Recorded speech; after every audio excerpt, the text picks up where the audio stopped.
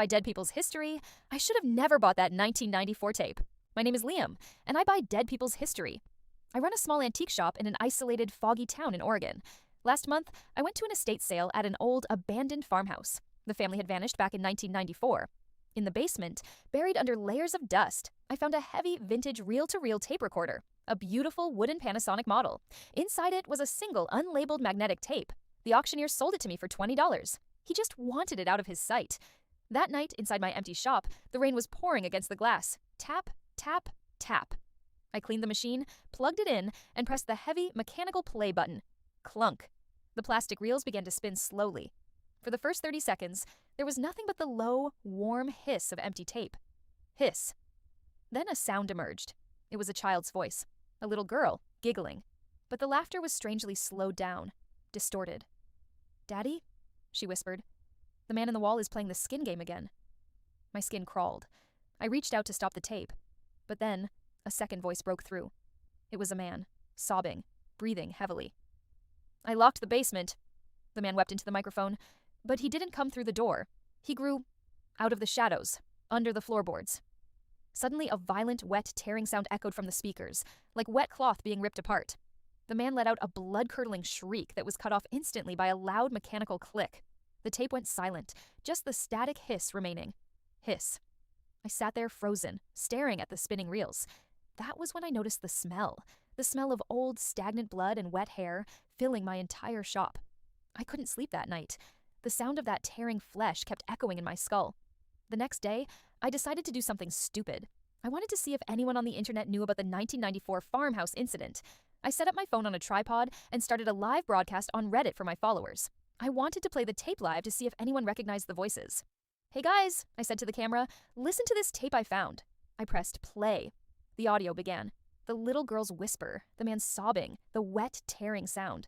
The comment section on my live stream went absolutely insane. Fake. Creepy? Turn it off. But then, one user named Shadow94 commented something that made my heart stop. "Look behind you, on the monitor." Behind my desk, I had a large black security monitor displaying the live feed of my shop's showroom. I slowly turned my head to look at it. The showroom was dark, lit only by the street lamps outside.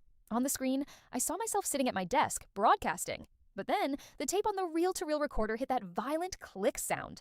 On the security monitor, the reflection of my shop window changed. The glass didn't show the rainy street anymore. It showed a massive, impossibly tall creature, pressed flat against the glass from the outside. It had no face, just a giant, wet, vertical slit down the middle of its head. I whipped my head around to look at the real window. It was empty. Just rain. I looked back at the monitor. The creature on the screen was now inside the room. It was standing directly behind my chair. It raised a long skeletal arm and placed a single pale finger onto my shoulder.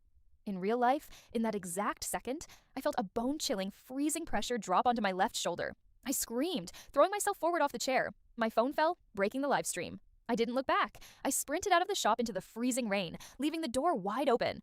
I drove to a hotel 3 towns away, shaking, crying, locking myself in the bathroom. I stayed there for 3 days until the police finally agreed to check the shop. When they went in, they found the shop completely untouched. No monster, no signs of a break-in. Except for one thing. The vintage tape recorder was gone. They thought I had a psychological breakdown.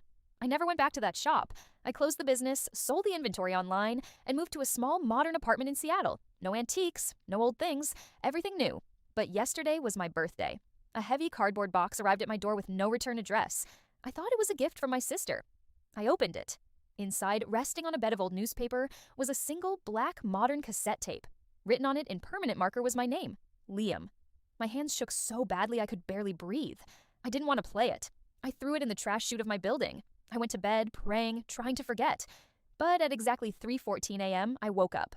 The apartment was dead silent, except for a faint rhythmic sound coming from inside my bedroom closet. It was the sound of magnetic tape spinning. I froze in my bed, paralyzed with absolute terror.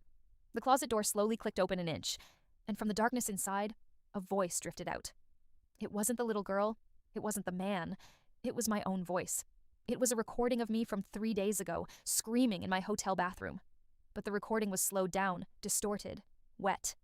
And beneath my screaming voice, I could hear the wet, rhythmic clicking of fingers, tapping against the inside of the closet door, moving closer to my bed.